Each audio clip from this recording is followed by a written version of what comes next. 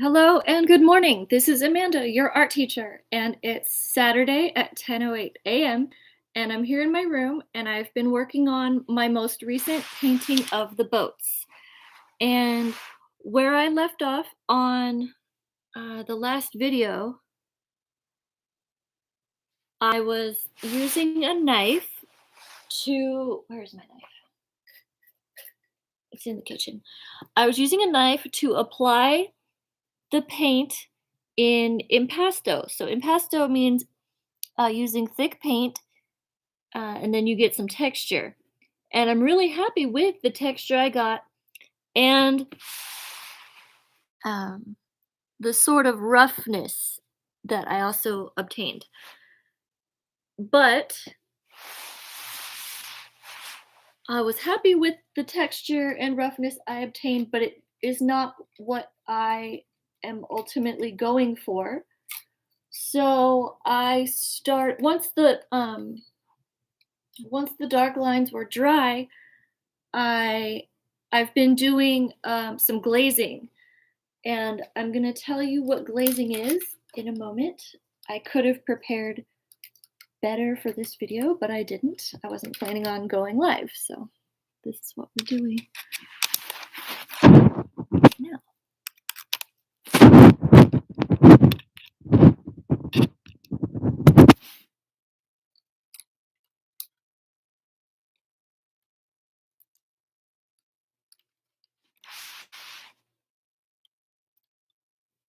Okay, and then we're gonna go over here.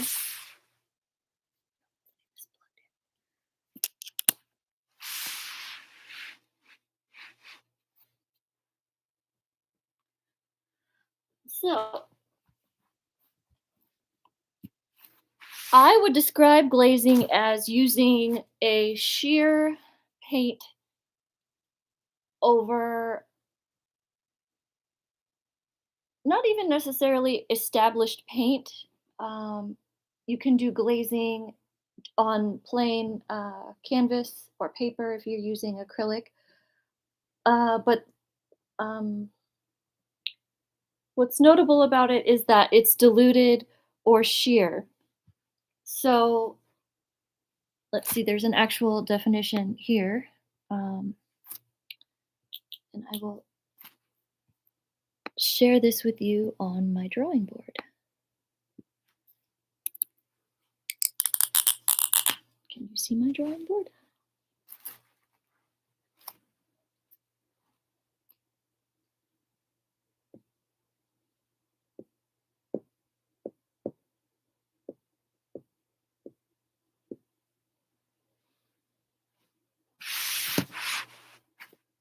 Glazing. Oh. Glazing. It's hard to write from that direction. Okay. Oh my gosh. Let's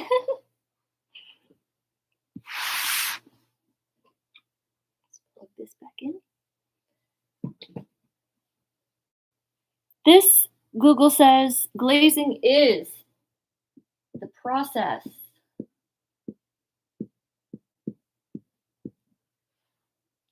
of applying a thin layer of translucent paint over a more opaque layer.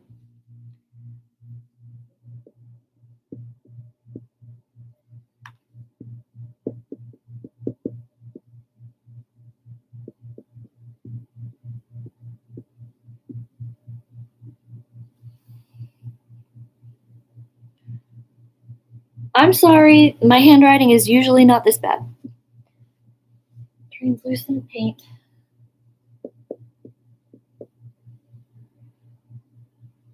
over a more opaque layer. Okay, why is this useful? Because sometimes you want to add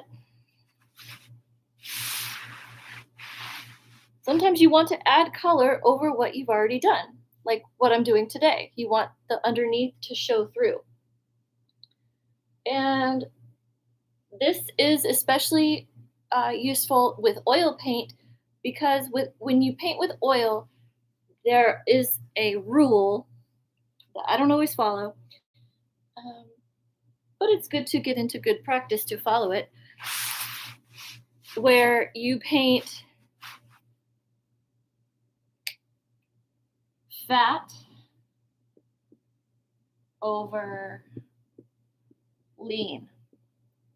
Okay, so it's not necessarily a thick layer, but it can be. You want to establish your, um,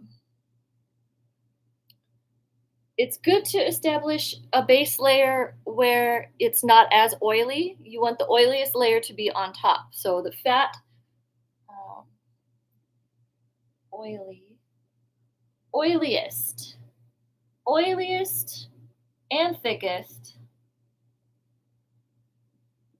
layer on top. Now, you can also use this with oil paint or acrylic paint or gouache paint. Yeah, gouache you can build up. And in oil paint, the lean layers would be if you use you mix oil paint with paint thinner, and then the paint thinner will dissolve, and you're left with a sheer layer of oil paint, and you can do that, and that's called washes, and then that will be your base layer. So lean is the thinnest layers,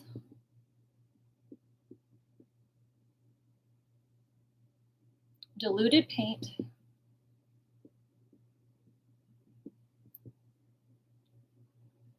usually on the bottom.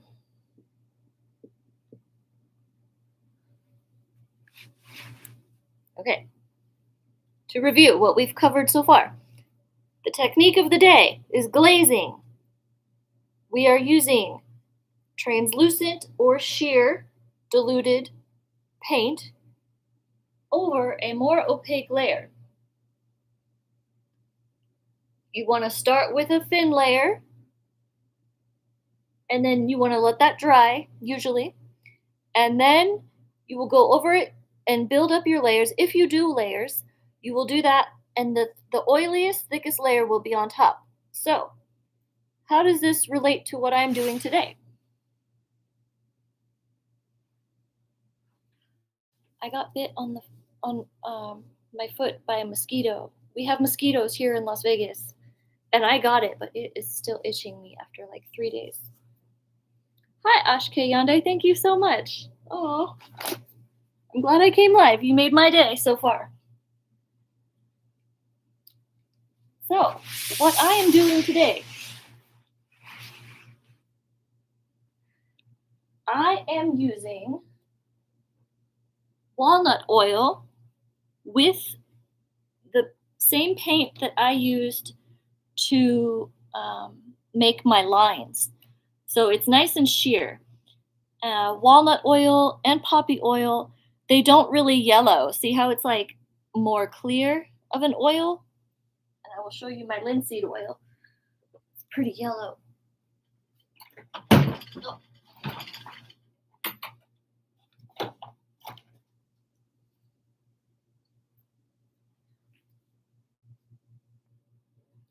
So this is linseed oil, and this is walnut oil. You can see how much more clear the walnut is than the linseed. And this is really important when you're glazing because you're using so much oil that this color is still going to probably be there in your layers. So, but I do use linseed oil. I like it. It can make your paints more goldeny. And so, yeah, I have some oil right here, and I have my paint, and I'm just using one of my new brushes from Artage. It's a filbert. Filberts are good. They're like rounded, square, squoval shape. And I just pull some of the paint down, and then mix some oil into it. And I noticed that my Winton oil color. My Payne's gray.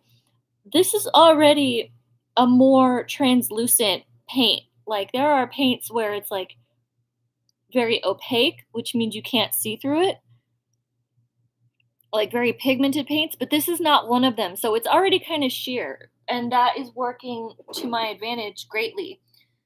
And so what I'm doing is um, I'm going over my lines, as you can see, and I'm also sort of blending it to add some continuity to some existing lines. It's coming out a little dark, but I'll show you. You can blend it and see how it's not as dark as the lines themselves.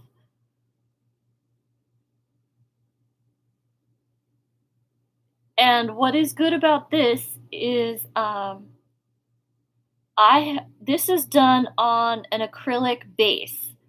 I like to use acrylic paint on my bases because they dry quicker, and it just helps me block in the color quicker. And so when you paint fat over lean, the oil will, when it dries, it will sink into the acrylic underneath.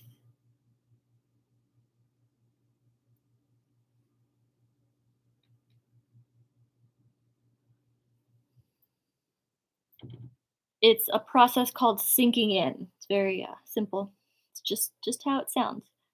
And I'm just trying to like smooth out some of the chunkiness of the lines, but I it's sheer paint, so I can still sort of see um, the texture, and I really like it. And I'm making the lines longer so it's more connected rather than having just like lines here, kind of choppy. It's gonna bring the whole, not horizon, but the whole width of the ocean scene together, I think. And that's what I'm doing. And I'm just doing that, just going over some spots,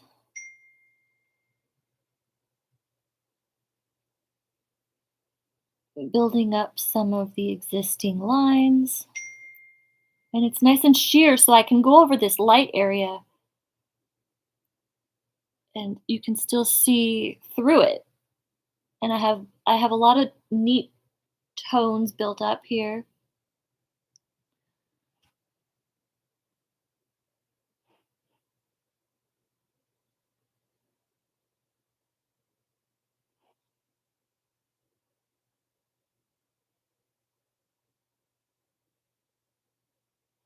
And I'm very happy with it. I was working on it yesterday. I was working on the boats, but I cannot get the right shade of white. And I've gone over it so many times.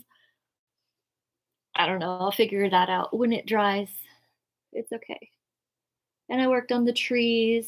I'm happy with the trees for the most part, so that's good.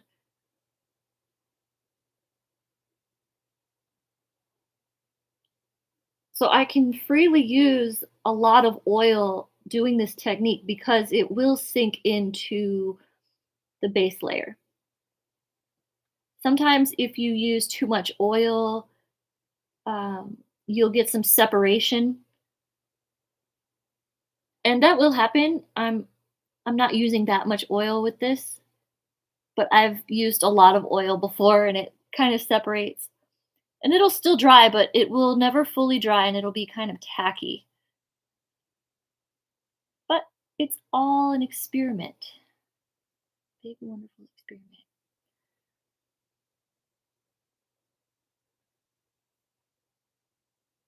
And then I'll let this layer dry. I have to do the whole thing today. And then I'll let it dry. And then what I'll do is I will go over and put in the darkest shade. I'll decide like which lines I want to make darker. Like I could do one and show you how, well, like what I'm thinking. So there's some dark stuff down here, and I could just like just really like fill it in with what I'm going for, and maybe use not so sheer paint for uh, making them really dark. Let's see, we could just block in this whole section, for example. Can you sort of see what I'm doing? And it's still sheer. It's still not as dark as the line. So I'm just really loving it. Like this is really, really fun for me. And you can do this with anything. You can do it with like clouds or skin tones.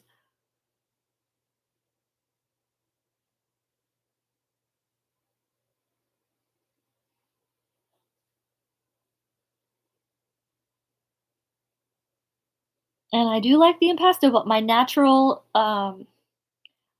tendency is to try to make things really smooth. So I am doing the best of both worlds here today. Oh yeah, that's good.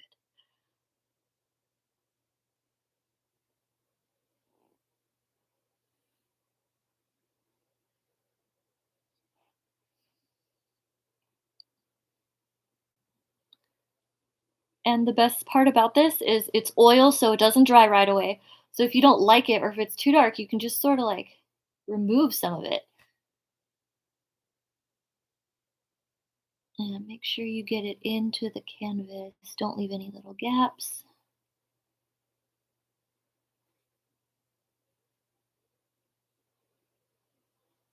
And just have fun and be free with it. We all want to be free. I think. I do anyway.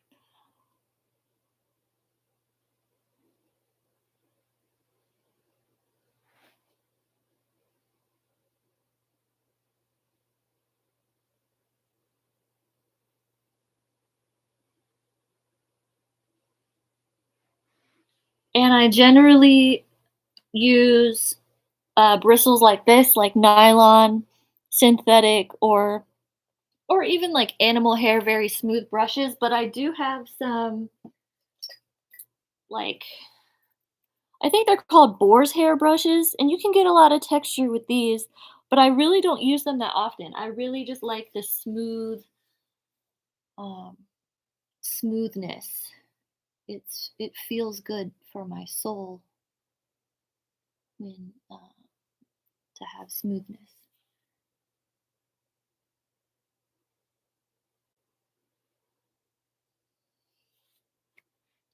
I think it's because like life can be rough sometimes and you can't always control it. But when I paint, I can make stuff as smooth as I want it or as I can get it. And that's like my little control or creative outlet keeps me centered. I would recommend painting to anyone with any kind of anxiety or mental distress can helps to quiet the mind. If I'm overthinking something that is kind of pointless and doesn't really like matter, um, I know I can come paint, and this is more important.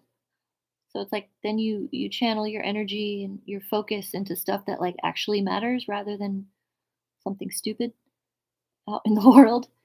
And I know a lot of people don't have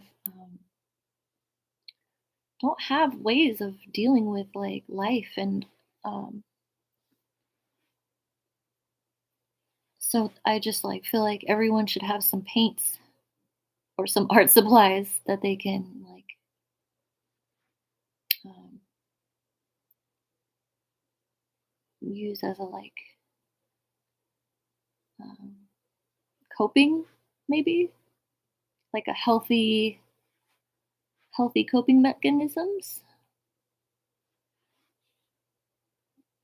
I looked into getting a master's degree in art therapy for this exact reason, which I'm talking about. Is I feel like people need to express themselves and to feel heard, and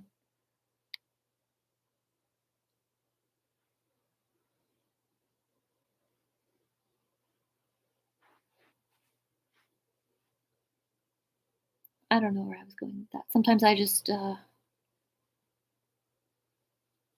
on little mental tangents when I paint. And I have a wedding to go to today. It should be fun. Should be fun. I don't go to too many weddings really.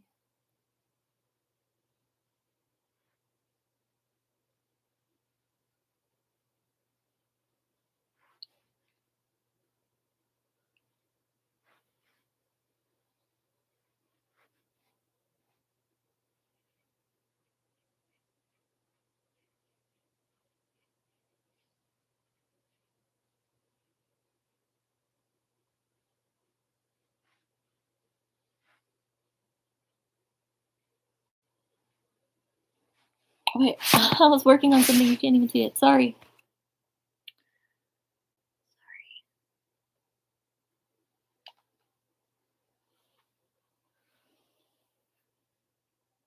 Oh, this is lovely.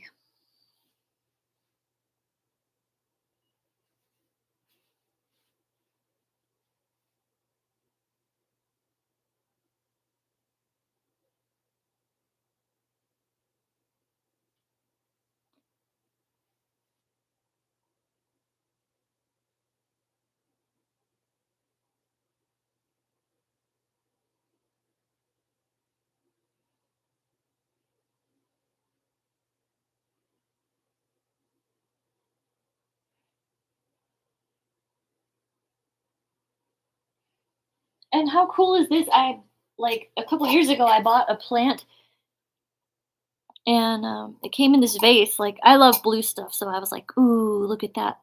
And my waves kind of look like it. Like the dark lines with different shades of blue in there, and I got that out to show you.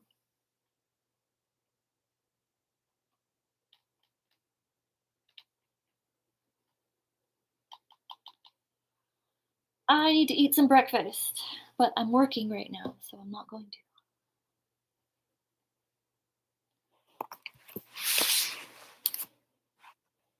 And there's a nice thick dark line right in here. So I'm gonna work on that and all this whole area. I have too much on my brush right now.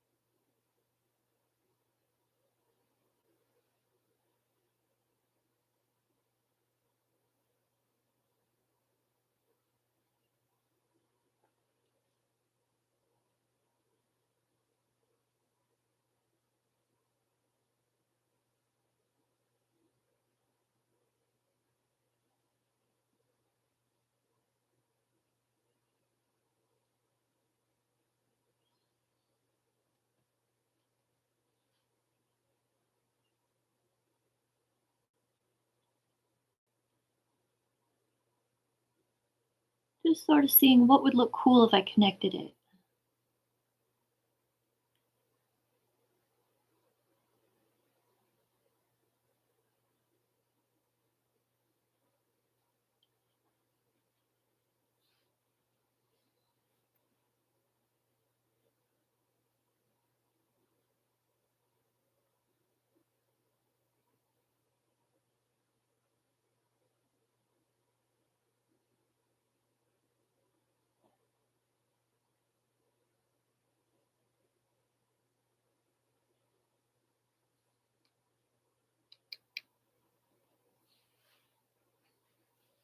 And you can also do glazing with acrylic paint, but you don't use oil with acrylic paint. You use there's different glazing mediums you can use with acrylic paint to make it translucent and more sheer. I use one. Um, what is that called? I'll grab it. Give me 1 second.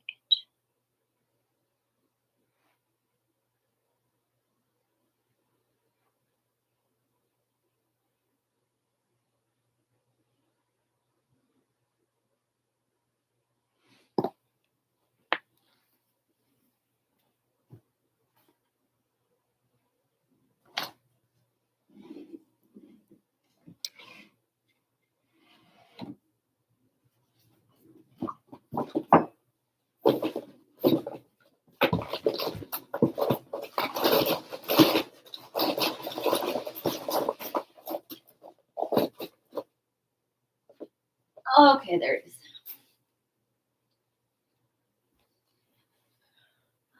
I don't really paint with acrylic often. I just prefer um, the qualities of oil paint. I think it's really, really great.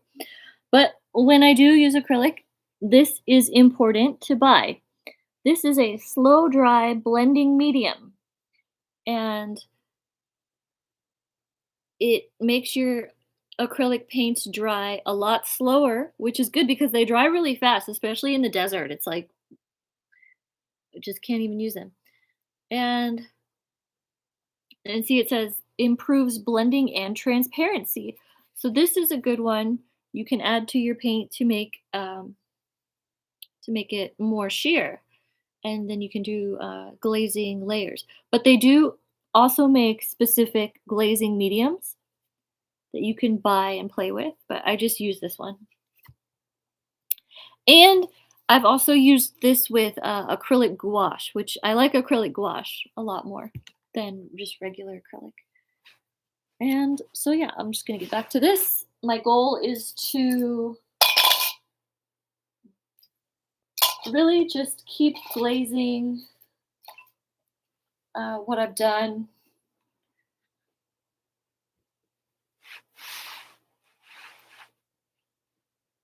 And just get this whole, the whole ocean done a little bit.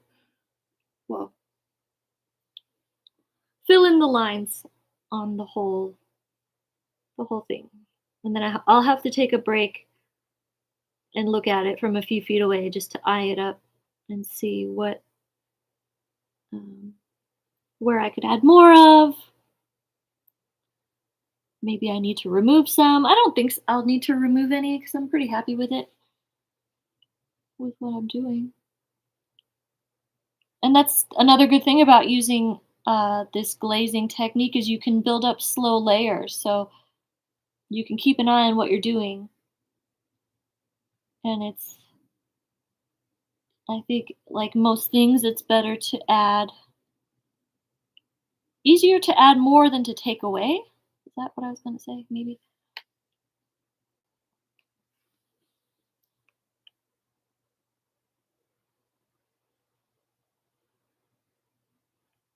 I can just sort of eyeball.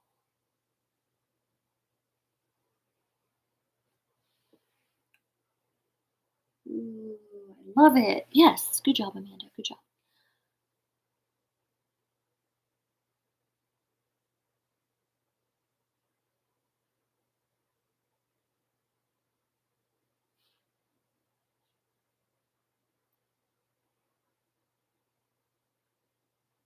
And I don't want to cover up too much of the light areas, but if I do, it'll be okay because I can do this glazing technique with a lighter blue like this and just go over some of the spots that might need a little highlighting because I'm also trying to keep in mind as I've spoken about I really love contrast. So I want to keep the contrast between the dark and light areas because I think that'll keep the eye moving around the piece as opposed to you just focusing on the boats. So there's a lot that I keep in mind while doing these things.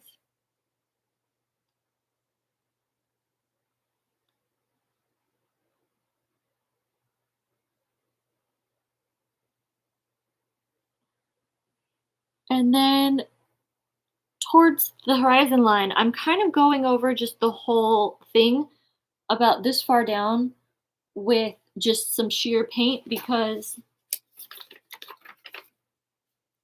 what's in the back, you're not going to see the details as much as you would in front, and that's because of atmospheric perspective. I'll probably make a video explaining what that is. But basically, like what is in the background is not as detailed because it's far away, so you can't really see it. So you're not going to see all these little, like the strong contrast because it's farther away. So I'm going over this area just to blend it in because it's far away and you're not really just, the contrast is not going to be as strong.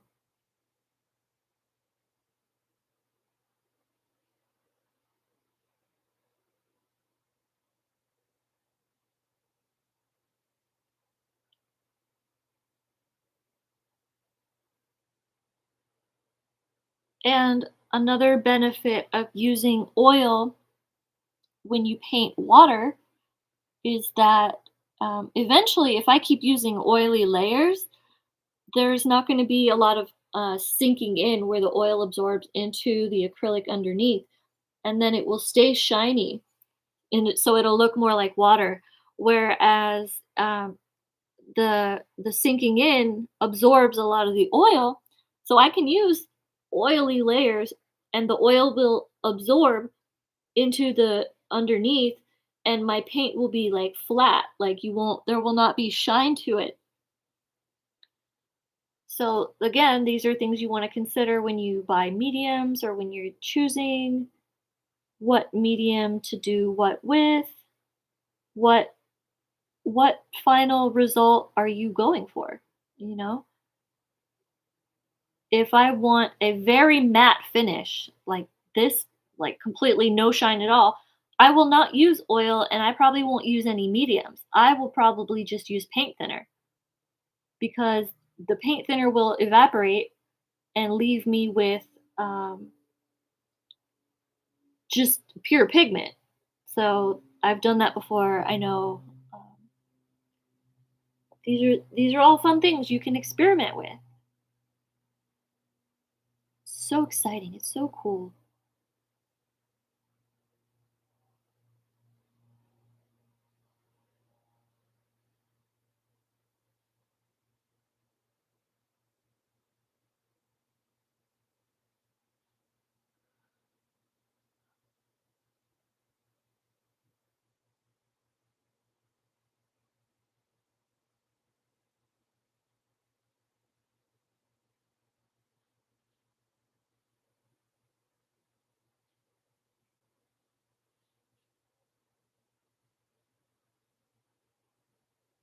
And then I keep going over the actual boat area a little bit just so I can make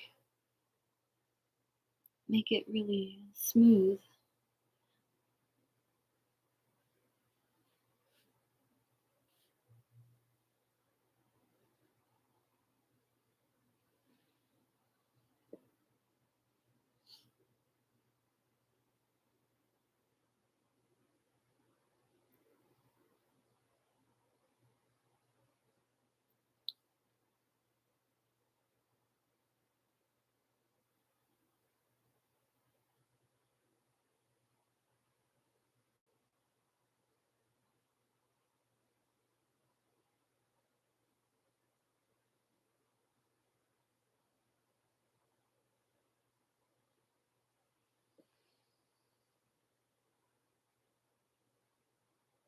And as you can see, I'm not really following too much my photo reference, which I mentioned is good because I'm trying to get away from the toxic perfectionism that's ruled my my life. I'm just trying to be more expressive, more free, do my own thing, but I still use it as a guide.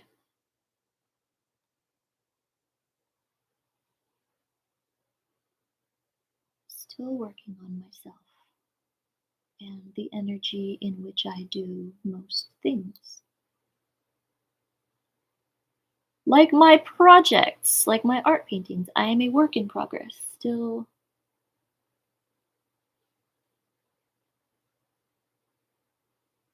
trying to go easier on myself.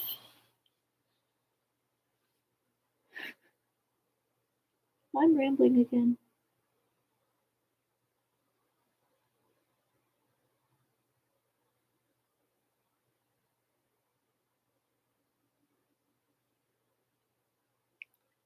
And gardening, my gardening job has been great. It cooled down pretty much overnight. We went from like summer to winter in like 12 hours. So I'm not a big sweaty mess pile anymore. Um, we planted a bunch of new roses. I fertilized them, and um, yeah, that's going well. It's beautiful weather here.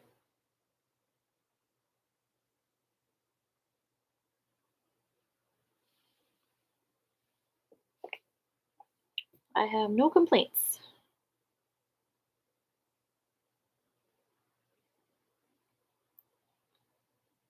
Do I wish I was back in Philadelphia? Yes, I do. I do. And someday maybe I will be. But for now, I'm here and I will make the best of what I have been given for now.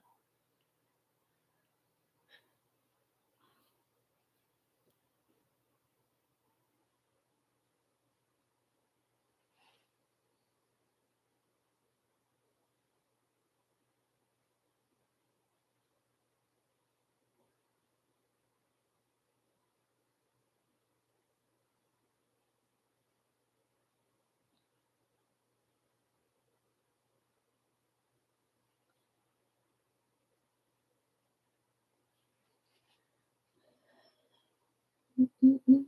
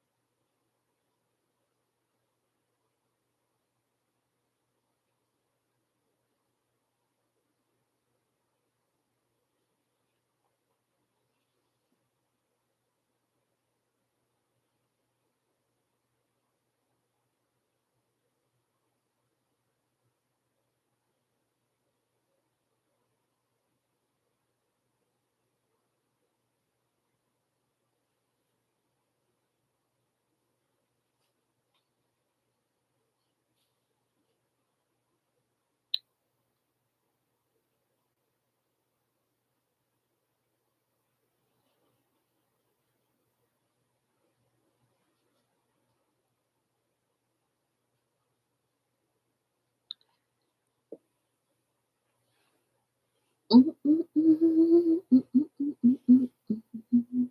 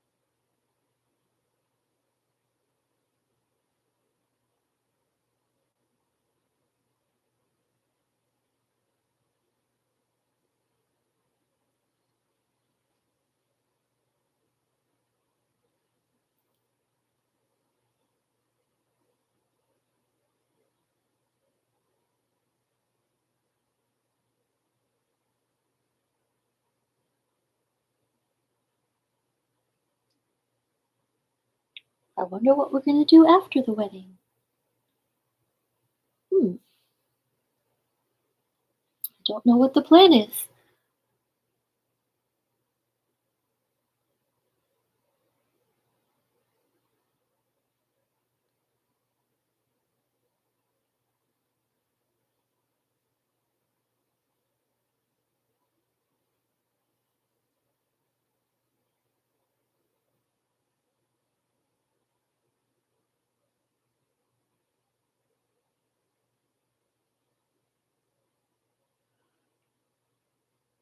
So I wanted to make a video on how we see, like how our eyes see the world. And the reason for that is because when I paint, I'm not just focused on like one tiny small area at a time. I mean, I am, but my eyes go in and out of focus, meaning, so we have rods and cones, and we have like nine in the back of our eyes is like 90% rods, and this is what takes in the whole scene of what you can see, right? So like everything you're looking at, that's the rods that picks up stuff from the left and from the right and all around. So then we have 10% of cones, these little protein things. And that is what is used to focus on one specific thing. Like if I'm looking at the tip of my paintbrush, I'm using the cones of my eyes, and that's what helps you focus on the tiniest details. So why is this important for art or anything? Because if you're drawing something, you're gonna look at the whole, right?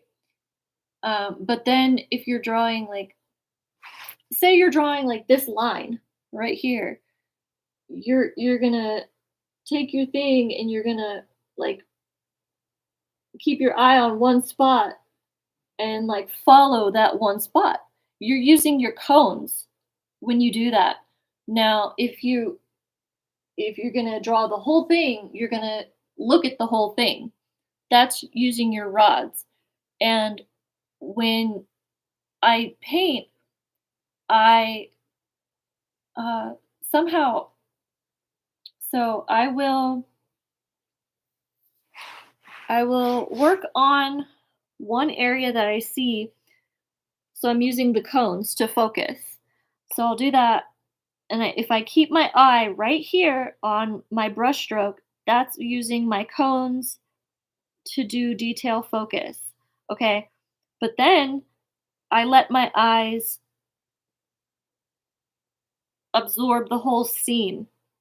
And then I go back and forth and I focus on my brush stroke and then I zoom out. I zoom in and I zoom out with my eyes. And I just think that's cool to tell you because once you know something, you know it. It changes your brain. You can't unring a bell. So when you know something like this, you can look at the world around you and you'll perceive it in a different way. You'll start tracing the outlines of stuff. And I've always just done that naturally since I was a kid. Like I'll just trace the outlines of things with my eyes and then I can just like feel it in my soul.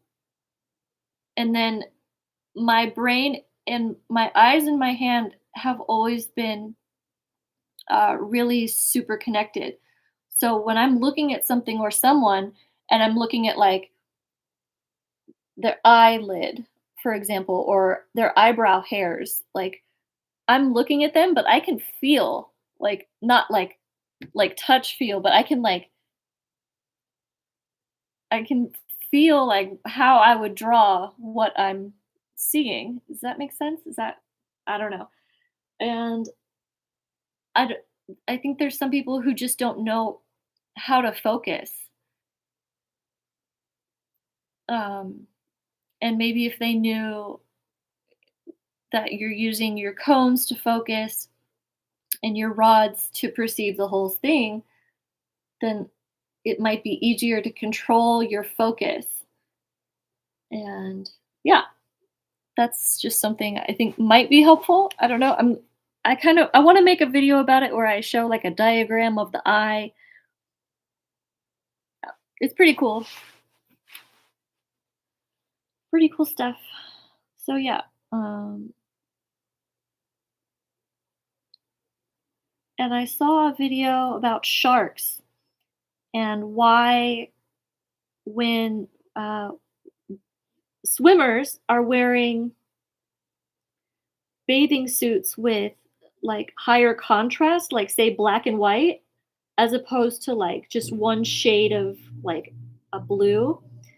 I think the sharks were eating the people with higher contrast bathing suits because I think they were saying like the rods in sharks' eyes perceive contrast maybe more than something that's more harmonious. So like, if you're a shark and you see something that stands out, you're going to go eat it rather than something that is more blending in with the surroundings. Um, so I thought that was cool and I talk about contrast all the time. So I'm like, yeah, I can probably when I'm not focused on details like my rods are probably perceiving the contrast as I'm working.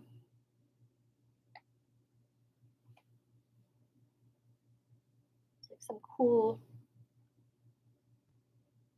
shark documentary.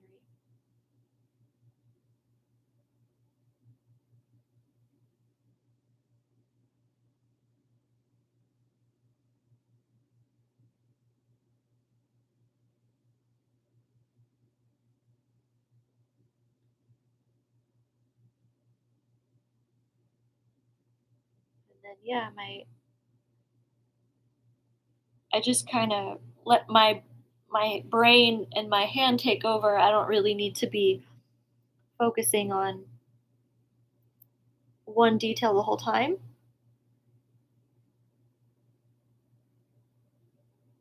And this has come with my efforts that I make effort to try to become more free with this, and it's paying off.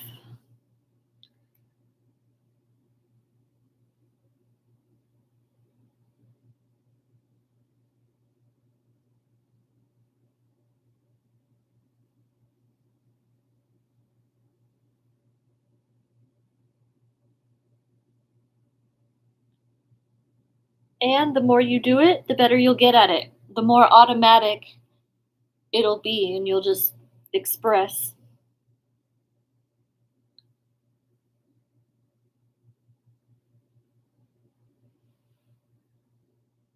And just you'll have the best life.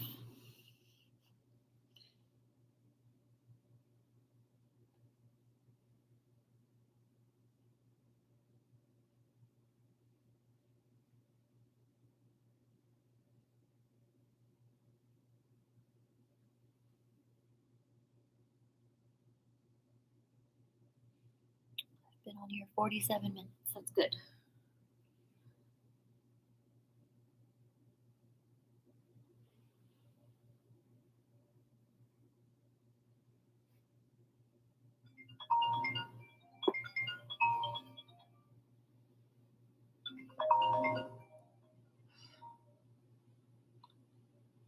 I'm painting right now. I cannot be disturbed.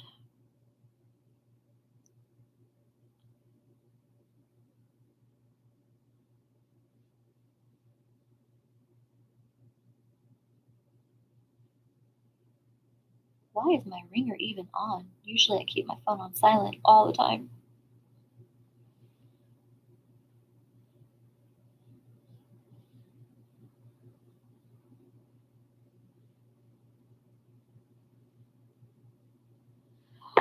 Okay, I guess I gotta go make some phone calls. Thank you for watching. I hope you understood what I was trying to teach and explain to you. And I hope you have a good day and enjoy the fall weather. And happy Halloween if I don't see you before then.